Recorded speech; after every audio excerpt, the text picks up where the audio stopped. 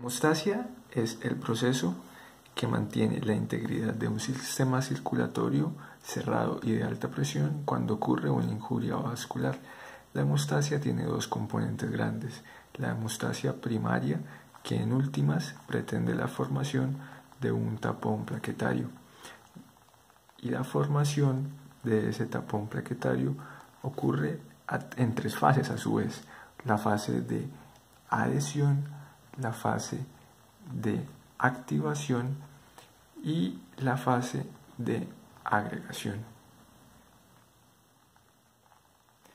En últimas, lo que yo tengo es una lesión en el sistema vascular que está siendo bloqueada por un conjunto de plaquetas, pero por sí solas ese conjunto de plaquetas es inestable y ese tapón no constituye un buen sello.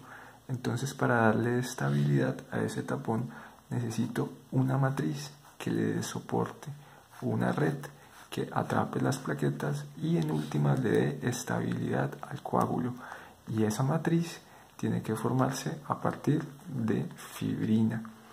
Entonces, la fibrina es el objetivo último de la hemostasia secundaria.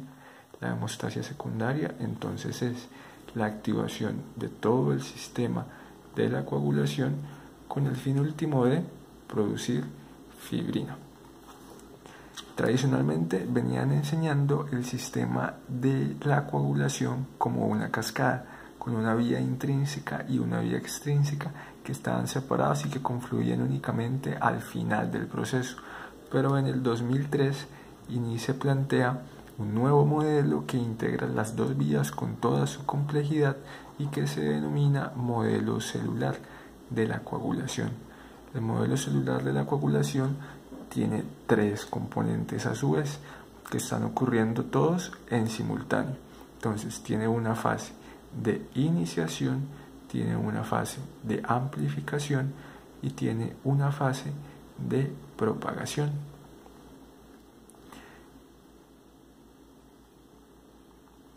En la iniciación, la clave entonces va a ser la formación del complejo factor 7 activado, factor tisular.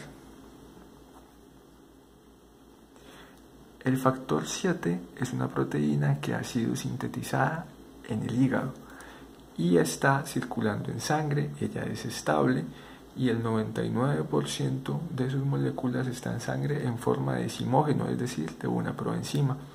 Únicamente el 1% está en la forma activa, o sea, como factor 7 activado.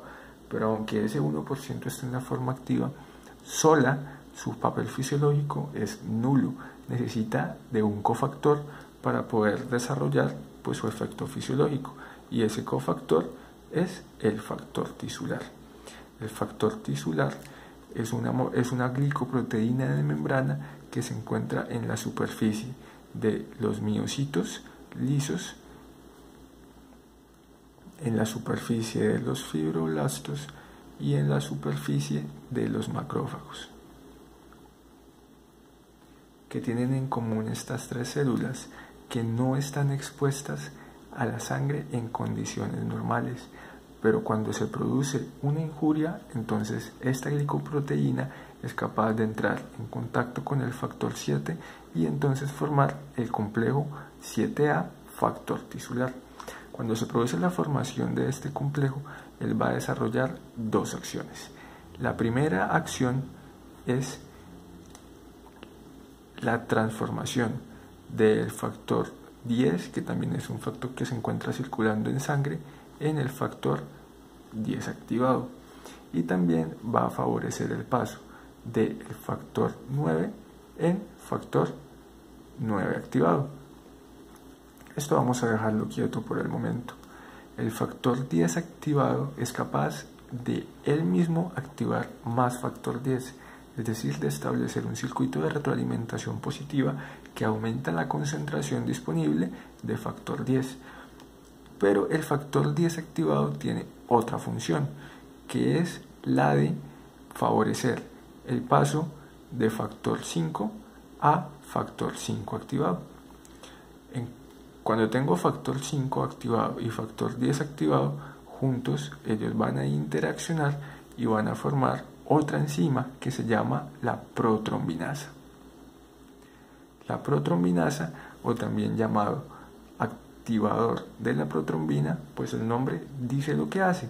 Lo que hace la protrombinasa es que toma la protrombina y cataliza su paso a trombina. Y en este punto hemos llegado al fin de la fase de iniciación, es decir, que la fase de iniciación tiene como fin último la producción inicial y local sobre la superficie de estas células de trombina, y que el paso inicial necesario para el inicio de la coagulación es la formación del complejo 7 activado factor tisular. Ahora pasemos a la fase de la amplificación. Una vez que tenemos la trombina va a desarrollar 6 acciones. La primera de estas acciones es la de producir más factor 5 activado. La segunda de estas acciones va a ser la de catalizar el paso de factor 8 a factor 8 activado.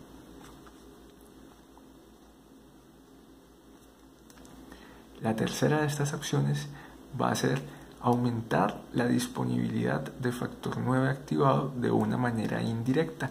Lo que hace ella es que activa el factor 11, toma el factor 11, lo activa, y el factor 11 a su vez activa el factor 9 y lo lleva a la forma activada. O sea que en últimas la trombina de manera indirecta lo que está haciendo es producir más factor 9 y también está produciendo más factor 8 activado. Con el aumento en la disponibilidad de factor 8 activado y de factor 9 activado, estos dos factores de la coagulación van a interaccionar y van a formar el complejo tenasa. Complejo tenasa realmente se escribe así. Uno lo encuentra en los libros como tenasa, pero esto es una contracción del factor 10 y el sufijo asa, que quiere decir que es la enzima que actúa sobre el factor 10. El complejo tenasa es la molécula por excelencia activadora del factor 10. Habíamos dicho que el factor 10 se podía activar a sí mismo y que el factor 10 se podía activar a través del complejo 7 activado factor tisular, pero el complejo tenasa es 50 veces más eficiente que cualquiera de estas dos moléculas para producir factor 10. Entonces en este punto tenemos alta disponibilidad de factor 10 a través del complejo tenasa, alta disponibilidad de factor 5 a través de la activación de la acción de la trombina, y entonces factor 10 más factor 5 igual a alta disponibilidad de protrombinasa, alta disponibilidad de catalización de protrombina a trombina, y en últimas la trombina, que se había producido en pequeñas cantidades y localmente, estableció todo un circuito de retroalimentación que en últimas amplifica su concentración. Y en este momento completamos la fase de la amplificación.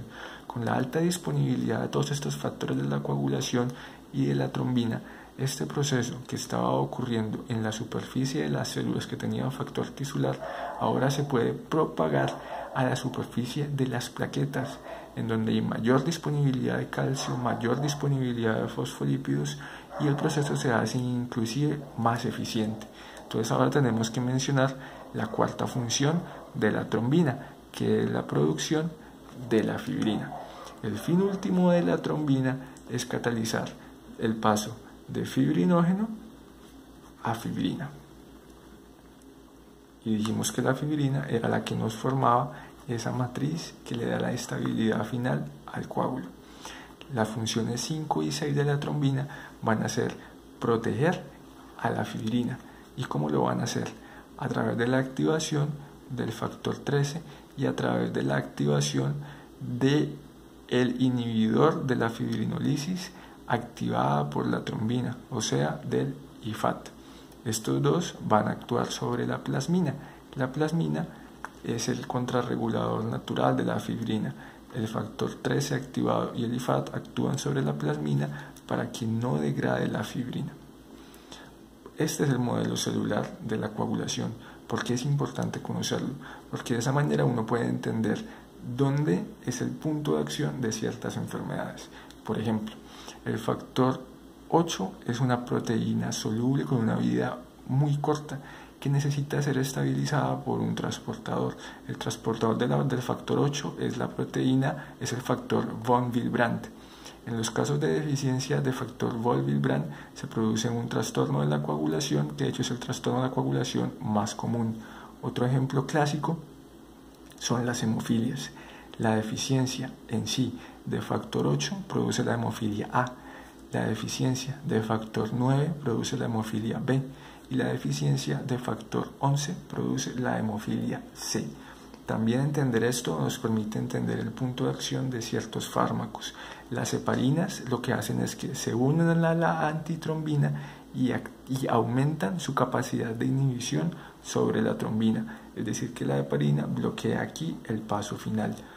La warfarina, otro medicamento usado para la anticoagulación, actúa sobre los factores vitamino K dependientes, o sea, el factor 2, que es la protrombina, es el otro nombre que recibe la protrombina.